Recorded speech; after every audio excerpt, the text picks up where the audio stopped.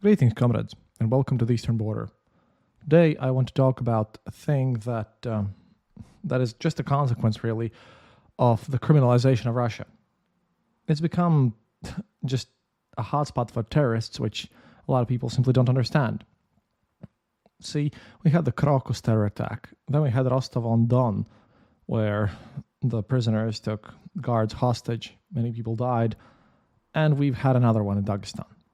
And of course, yes, everyone blames the Ukrainians and the United States, and there's a bunch of chaos going around, but I just want to talk about what exactly happened and what do we know, and how this whole thing has turned the minds of Russians in a weird direction. However, what's happened, before we even get to the details, what's happened is not surprising. It's just what happens when you pick dictatorship to give you some peace and stop terrorism. Well, you get a dictatorship, but no terrorism actually gets stopped. See, the target of the militant attack was two cities, Derbent and Makhachkala, two quite large cities in Dagestan. Dagestan is the Russian region next to Chechnya in the Caucasus region. The target of the attack in Derbent was an Orthodox church and a synagogue. In Makhachkala, a church and a traffic police post next to another synagogue. Terrorists attacked these facilities around 1800 on June 23rd. The first report of an attack on a policeman in Derbent was received by the Ministry of Internal Affairs at 1751, which was reported by the Baza Telegram channel. After this, the militants attacked the Orthodox Church of the Intercession of the Blessed Virgin Mary on Lenin Street, which I just had to mention because that's a bit weird, but that is still Russia. Then they set fire to the Kelenuma synagogue on the Tagizade Street, continuing the shootout with the police. The church and synagogue burned down. At the same time, militants in Makhachkala set fire to the synagogue on Yermoshkina Street and fired at the traffic police post there. The Holy Assumption Cathedral came under fire, where 19 people took refuge after the shooting began. According to Telegram channel Chernovik, law enforcement agencies at that time were checking information about the possible mining of the building of one of the pizzerias in Makhachkala, so their attention was diverted. In addition, the village of Sergogala, the administrative center of the Sergokalinsky district, located 80 kilometers from Derbent, a few hours later, a car was attacked and the policeman was injured. According to the latest official data, 20 people were killed in the militant attack. This was just a weird, scary thing. 16 of them were police officials. 46 other people were injured. The head of Dagestan, Sergei Medikov, previously said that more than 15 police officers were killed, but we cannot confirm this. The Ministry of Internal Affairs of Dagestan reported that among the dead was the head of the police department in the city of Dagestan Lights, Lieutenant Colonel Maluvidin Khirinidabayev. These words are very hard for me to pronounce, I'm sorry. He was very seriously wounded in a shootout in the militants, and he passed away today. During an attack on the church on Derbent, a 66-year-old clergyman, archpriest Nikolai Kotelnikov, who served in the church for more than 40 years, was killed. His throat was slit from the back, by the way. A security guard was killed during an attack on the Holy Assumption Cathedral in Makhachkala. According to Telegram channels 112 and Baza, 20 people were killed during the attack on Makhachkala and Derbent. According to the 112 source, 44 people were injured, including 37 law enforcement officers. So again, all these numbers are very much varied. 22 victims remain in hospitals, which is clarified by Baza. After the attack by militants, a counter-terrorist operation regime was introduced through Dagestan.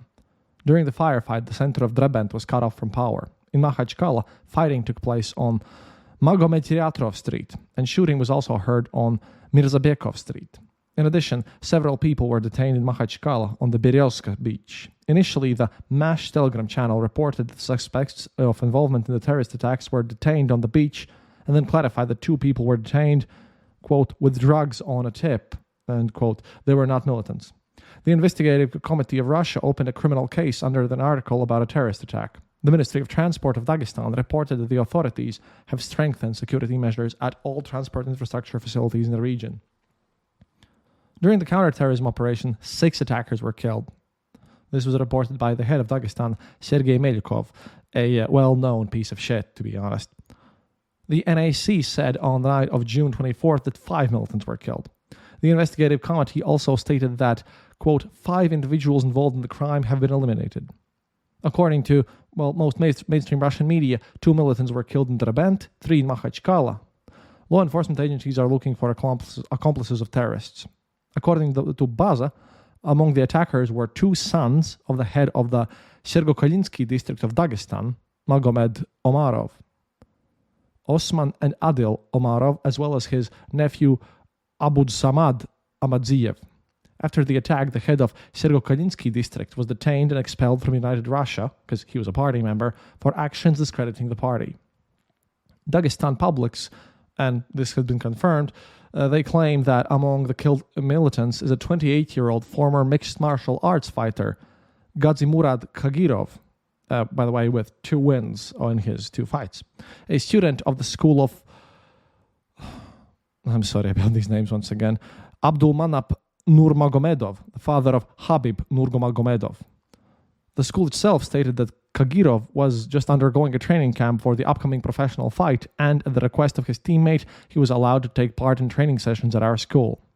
As the leaks agency found out, Kagirov and his father worked at the Dagestan energy sales company Dagenergo, a branch of Rosseti North Caucasus, where mass arrests in April took place in connection with fraud. And you have to point this one out because in this case, you could just point this towards just Islamic terrorism. However, you have to understand that, as I have predicted, when Russia finally collapses, it's going to be the Caucasus that is going to be going first. It's going to be pretty horrible because this here situation, the conflict between Muslims and non-Muslims of Russia, has been brewing for a long time, specifically since we know that the ethnic minorities, including a lot of Muslims, are being sent to the front lines to die. And this might as well be not just as much motivated by sheer terrorism as some sort of terrorism mixed with, being a freedom fighter. Such terror attacks are just going to increase since in prisons of Russia there are, about 1,000 at this point political activists deemed to be, danger to society and extremists. Meanwhile, the government spends little to no effort to actually curtailing real terrorism. Now, before I move on, and kind of carrying on this stuff, let me just remind you that we have a Discord channel where stuff's happening occasionally, and going to happen more over time. But we're an active community. It's pretty nice here. There are links all over the place, and in case you can't find one, you can just email me at theeasternborder@gmail.com. Please send your emails for any other questions there as well. I'll be happy to respond. Also, we have a merch store where you can buy t-shirts and all sorts of other stuff. I think we have caps too, and a lot of them, we have a lot of them with Club of Angry Patriots kind of branding, which basically will help you donate to Ukraine, because we donate all the proceeds from those to Ukraine. And of course, we have our homepage, theeasternborder.lv, where we have donate buttons, and you can send stuff to our crypto wallets there, or just click the PayPal button there and form a donation. And you can also support us via the patreon.com/theeasternborder, which is the preferred way. Oh yeah, you can also support us on the site where our merch is located. There's also a membership there, which we will have proper integrations upcoming soon. We're planning on some surprises. It's just that as I'm working on all these news, I don't have lots of time, and my friends whom I task with this, that's a bit of a pickle with times, basically, but we're working on a lot of stuff. So if you like this content, then please consider supporting the show. But, that's enough of shilling. Let's get back to Dagestan, because we will have quite a lot to talk about today. The head of Dagestan, unsurprisingly, as usual, wanted to just push aside any responsibility and link the terrorist attacks in the region with the war in Ukraine. Sergei Melikov, another well-known piece of shit, said in a video message released on the night of June 24th that the authorities understand who is behind the organization of terrorist attacks and what goals they pursued. Quote, "Of course, today we all once again felt like participants in the events that are happening all over the world. Previously, to a greater extent, the participants in these events were those who take part in a special military operation. who defend our country on the borders of the line of combat conflict. But we must understand that war comes to our homes. We felt like this before, but today we are directly faced with this war. That's what Melyukov said. On the morning of June 24th, a new avatar, by the way, appeared in Melyukov's Telegram channel, as well as in the channel of the administration of the head of Dagestan. It said, Dagestan, 06-23-2024, work, brothers, with a military person over there, included there. Thus, and RBC sources claim that those who attacked Derbent and Makhachkala are supporters of an international Islamic terrorist organization. Quote, judging by the actions of the attackers, their cries and appearance, the terrorists belong to an Islamist terrorist organization, a source told RBC without disclosing the name of the organization. According to media reports, some of the militants were listed as having connections in the Wahhabi circles. Well, this once again, by the way, reminds me that the guilty people in the Crocus terror attack, they were never found. I highly doubt that those Tajiks who were just, picked up from the street randomly were actually the guilty parties. They were just tortured and beaten to death for, no reason, so that there would be some accounting. Russia has now failed to prevent terror attacks, I guess 3 of them in the past month, and I highly doubt that anything is going to improve.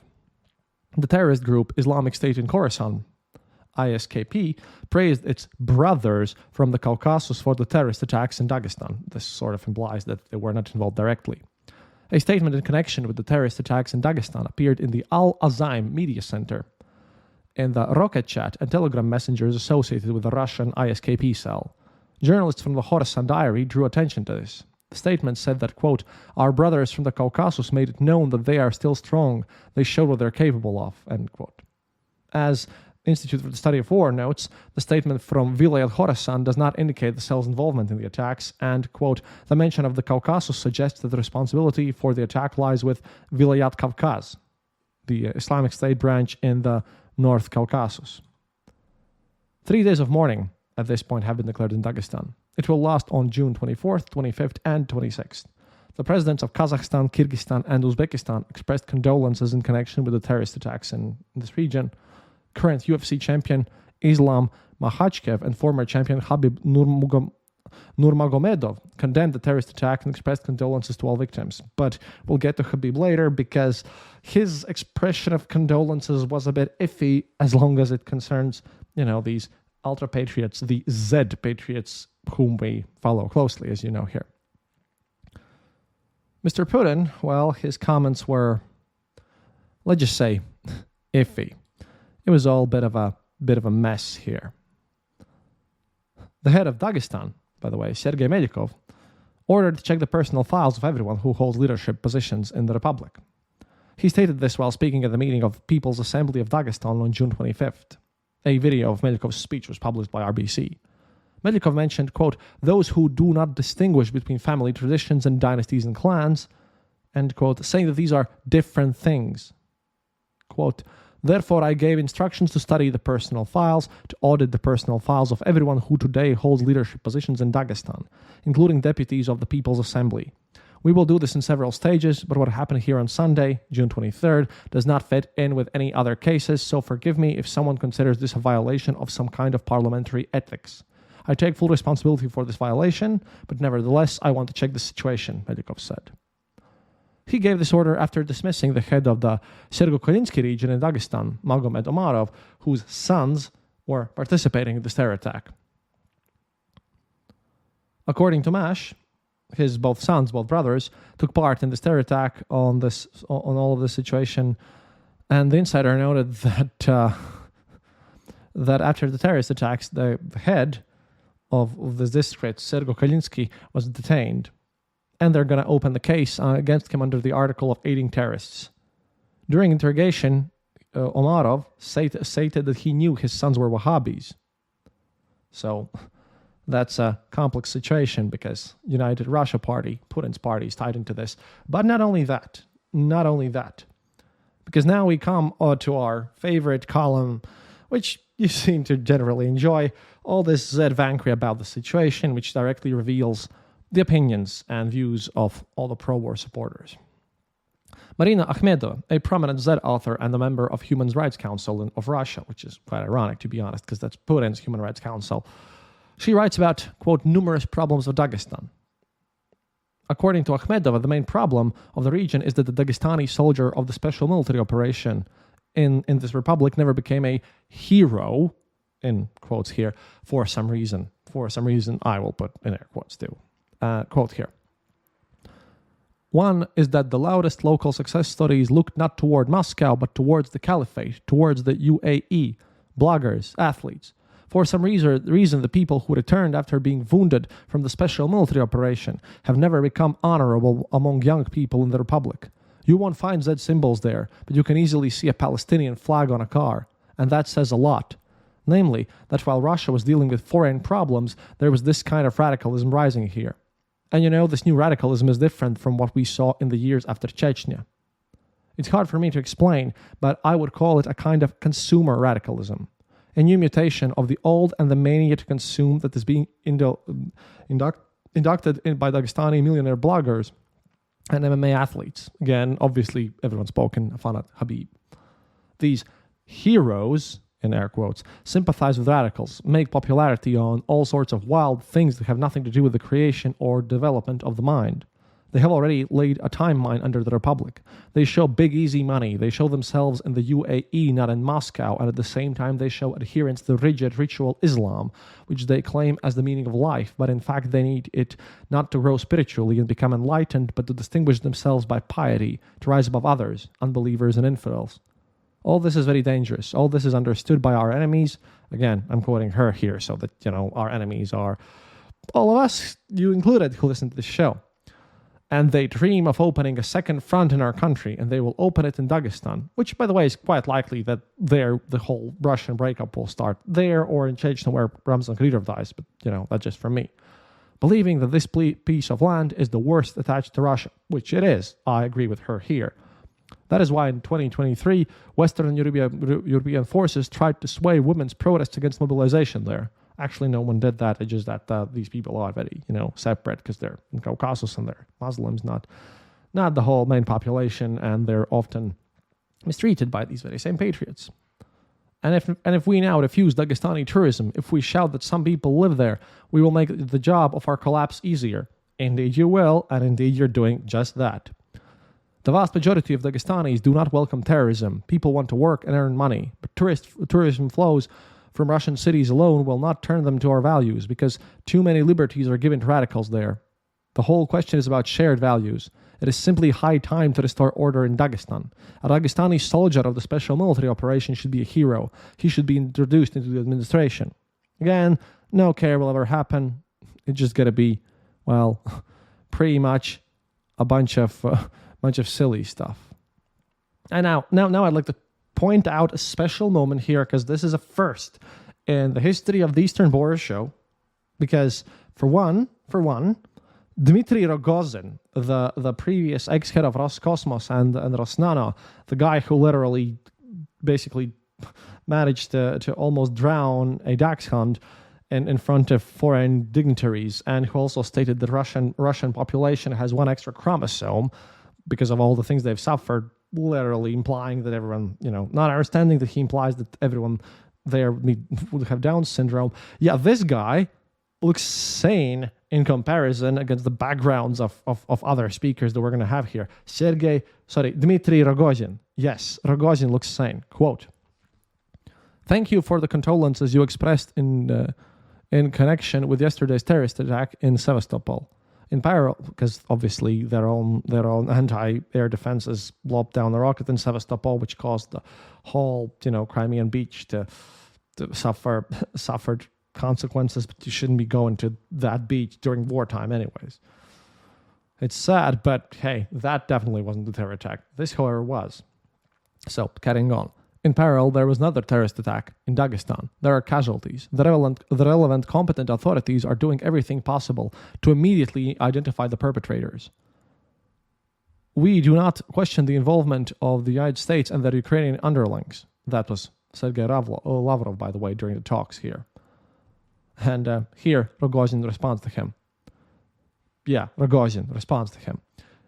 Quote, "And I believe that if we write off every terrorist attack mixed up with national and religious intolerance, hatred and Russophobia to the intrigues of Ukraine and NATO, this pink fog will lead us to big problems.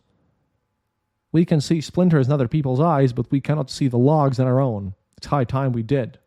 Rogozin responded to Lavrov here, which is, again, surprising because he's a bit sane, but he's also a very much ultranationalist, well, insane person. So, yeah, this is going just to lead to more problems. In connection with the terrorist attack on Dagestan, Z authors, all of them, separately discussed the reaction, or rather its absence, to the terror attack by, well, Habib, who is, a very famous MMA fighter. Troika wrote, regional scraps who ignored the special military operation jerk off to Palestine and look for Jews in a turbine, sit with dick in their mouth and keep silent. Call sign Ossetin wrote the following, quote, I am surprised that no fighters from Dagestan, including Habib, have spoken about the terrorist attack. Almost all of those killed were Dagestani Muslims. Why such silence?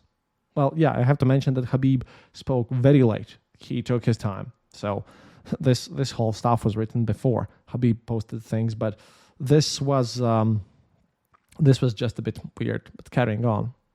The famous channel Rybar wrote the following, quote, the sportsman who publicly positions himself as a righteous patriot of Dagestan, up to the well-known dismissive attitude to the Russian state flag, has not reacted to what is happening in his native republic. Neither, however, has he reacted to the 2 years of special military operation and his fellow countrymen participating in it. We mentioned this, that he has a UAE citizenship and that he hasn't mentioned anything about the war at all because, he is quite much afraid of Kadyrov, but he's not supportive of Russia in any way or form. But, by the way, carrying on from Rybar, but Nurmagomedov did not ignore the war in the Gaza Strip, which is very far from the North Caucasus, publishing posts on social networks in support of the Palestinians. True, very mild posts and without the harsh condemnation of Israel, perhaps because of fears that too vehement criticism of the ultra-Orthodox could affect large advertising contracts. It is not excluded that in the coming days, the well-known sportsman will pay attention to the tragedy in his native republic. Perhaps he will finally publicly condemn the terrorists. But so far, it seems that the priorities of the idol of the Dagestani youth, well, are completely different. Then there was Mir Sevodnya with Yuri Podolyak being the Ukrainian traitor.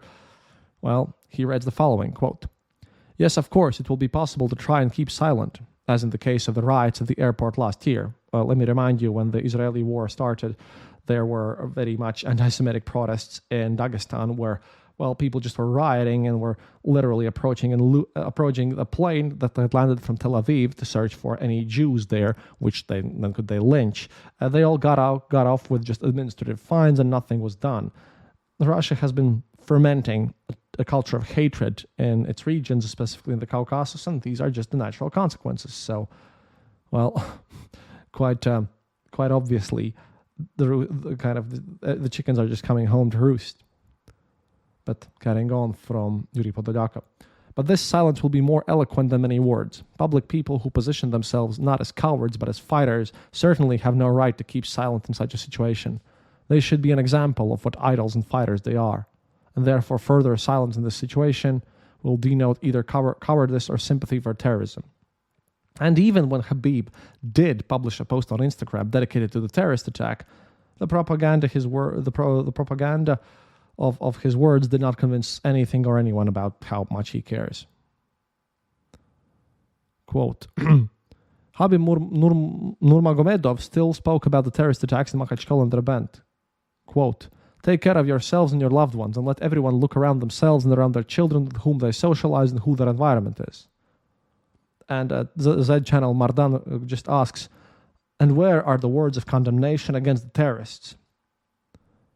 Meanwhile, the author of the Z channel, Donetsk Infantry, yet another smaller channel, but total loser, but still, he's just one bringing up these important questions, asks, what is wrong with the United Russia Party? And that is a smart question for all these people who are on Russian side to actually think about.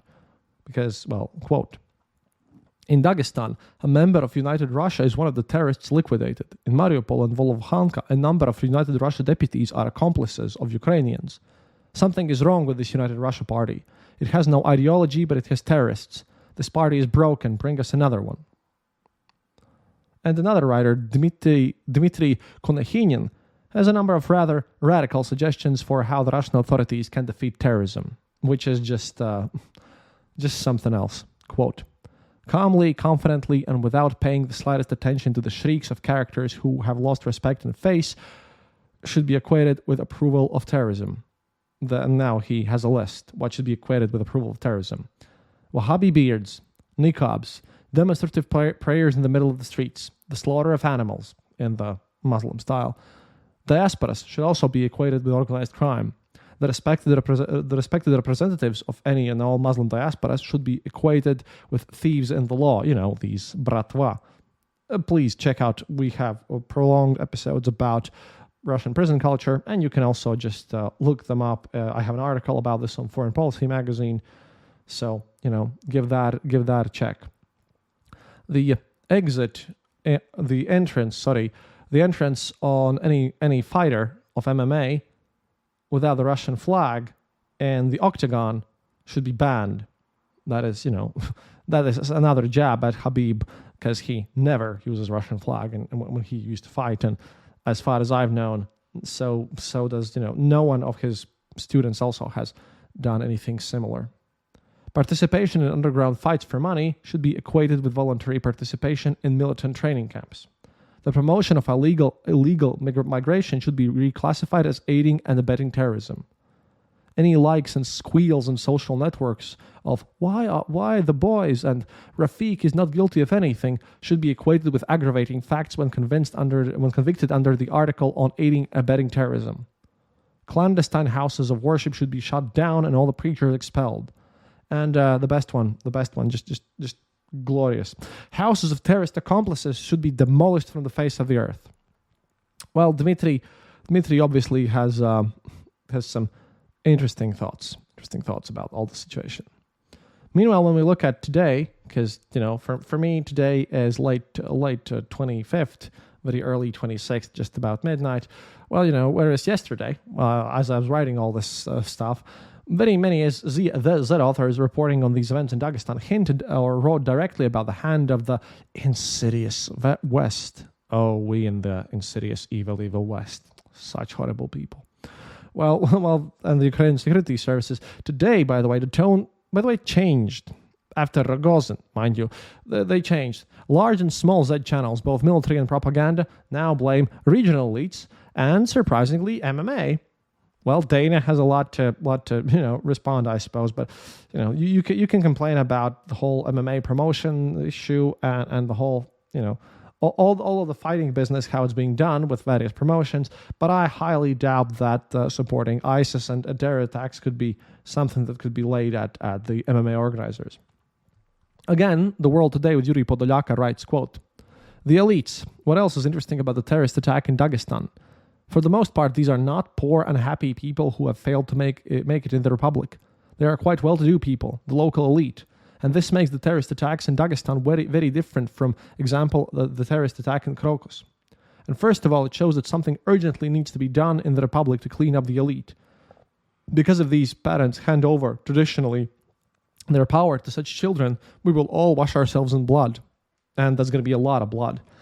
And here I have to agree with Mr. Podolyaka here, because although I utterly disrespect him, there will be a lot of blood in Dagestan, because all these worries here, nothing's going to be changed about it. And it's going to be pretty rough going.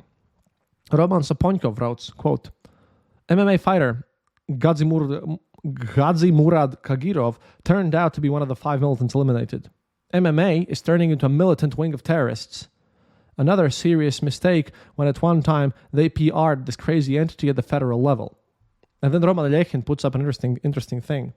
"Why was karate banned in the Soviet Union? Do you think it was just for no reason? No, because it was an alien to our ideology and culture.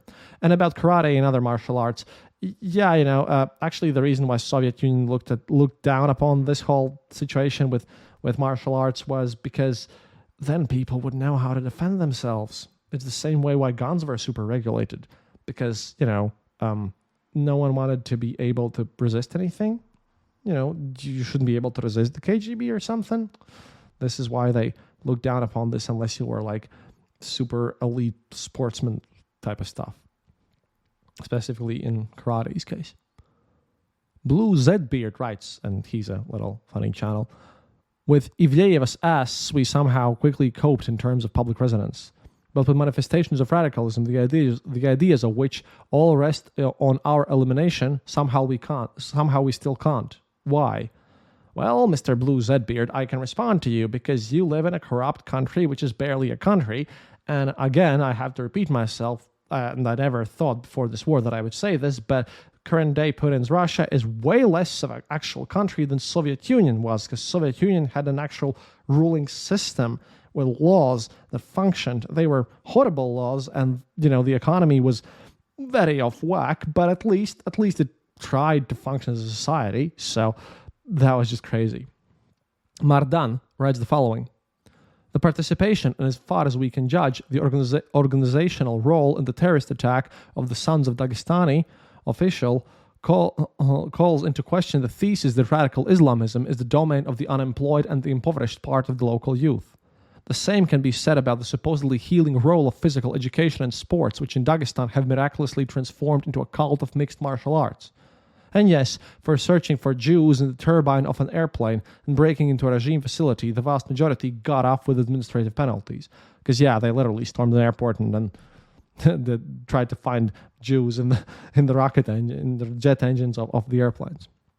Sons of Monarchy, a very, very right-wing, very kind of neo-Nazi channel, writes the following: 4 of the terrorists, 2 sons of a United Russia Party and the deputy head of the Serkugala district, a deputy and the head of the local branch of the Slava Rossiya, Zed Pravda, which, by the way, is a political party, a tiny one, but the guy was elected as a municipal deputy, so, of the same district. An MMA fighter from Habib's club. Terrific educational and personal work of the authorities of Dagestan, because, these were important people there. Then, Voyenkor Katyonak, which we've quoted regularly, writes: Habib is the one who consistently distances himself from Russia and does not take the Russian tricolor in his hands on principle. He has not sent a single fighter to the front. Moreover, in 2 years, not a single word from him in support of the Russian armed forces, or at least civilians killed by Ukrainian missiles and drones. No, of course, they all ignore all the Ukrainian civilians killed. Just whatever. At the same time, all this time he has been actively and demonstratively worried about the brothers Palestinians. Obviously, they are angry about this whole situation, but if you're not an MMA fan, or this just makes me understand that Habib is just a person trying to live his life, and he is really, maybe he's just a better guy than we thought previously, or maybe he's supporting terrorism. No one really knows, but he certainly isn't on the side of waging war, and he could, if Putin's regime would fall, he would definitely take up a leading position in Dagestan region, I think. Topaz, with a large Z, writes: these are not marginalized people. They are the fresh flesh and blood of the local elite, which is rotten with corrupt ties and cronyism. There needs to be a purge of the region's elites if we want to keep peace in this region. Z channel Rokot writes: Dagestan is becoming a weak link with frightening regularity, helping the enemy, that is us here, dear comrades, to carry out more and more attempts to rob the whole of Russia. There is no coincidence, no random coincidences. The same region becomes the point of tension time after time. It is obvious that a targeted, comprehensive program of decriminalization and de-radicalization of the region is needed. Well, let's just say it didn't work in Ukraine. Highly doubt this is going to work in Dagestan either. It's never so simple, and it just doesn't work that way. But hey, what they can do. Kots News writes: gradually, pseudo-Islam and its caveman manifestations began to return to the Republic. This time it was brought not by Arab emissaries, but by opinion leaders, idols of the youth, bloggers with audiences of millions, wrestling stars, MMA fighters. Remember the provocations during the mobilization? Yeah, again, of course, everything's a provocation and a conspiracy theory to all these people. Or the pogroms at the Makhachkala airport, where a frenzied mob searched the air harbor for Jews who were supposed to fly in from Tel Aviv. This is all a trial run, experiments in controlling the masses, which, unfortunately, showed a positive result for their masters. And they have learned lessons from this. Because again, it's the Western ties with everything humanly possible. And, it's obviously not the case, because, well, it never is. they just refuse to see the simplest solutions, and they refuse, like, and I'm surprised that I even saying this. They refuse to believe Dmitry Rogozin, the fact that Russia should probably deal with its own internal issues. But Putin has never been interested in actually dealing with Russian problems. He always wants to do everything that is only related to blaming the West for every little difficulty all the time, because that's just what they do. Finally, I want to finish this one up with a quote from Anastasia Kashavarova. You should probably know her by now. She was the very, very angry lady that I've quoted repeatedly. And this is a thing to think about, because this is a bit scary thought and kind of an insight on what might happen with Dagestan after Putin falls. Quote, Dagestan has been without a master, without a leader for 18 years. It needs its own Kadyrov, who will fight terrorism with fire, sword, and ideology. Now, definitely, Dagestan does not have a single super strong leader as Ramzan Kadyrov. And then again, why would anyone want a leader like Ramzan Kadyrov is beyond me really, because that is the stupidest I've ever heard at all. That, hey, a leader, it'll probably get when this whole mess is over. It's just that it's not going to be a pretty leader that Russia will love. Like I said, it's quite likely that it's going to be the same Habib after this, but he, as far as we know, has literally zero sympathies towards Russia or anything related to that, because he refuses to use the flag. It's been a mess, and we'll just have to see how all this sorts out. But after the Crocus terror attack, I said that this is just the beginning, the floodgates opening, and so far it seems that I have once again been correct, as I highly doubt that this is going to be the last terror attack. After all, these terrorist organizations, they need a weak spot. When they find one, they strike. And, Russia currently seems to be on everyone's radar because people are watching what's happening there. And it's a weak spot, and they can do whatever they can. They can achieve their limited goals or even bigger goals over there in the Russian territory, and then try to conflict with the Western institutions yet again. So we should be watching for the terrorists. But I predict that these whole terror attacks in Dagestan and the quite frankly inability to prevent them at all in the Russian Federation is just another stepping stone until someone gets really tired with Putin. But that's it for today. До свидания, товарищи, and remember, happiness is mandatory.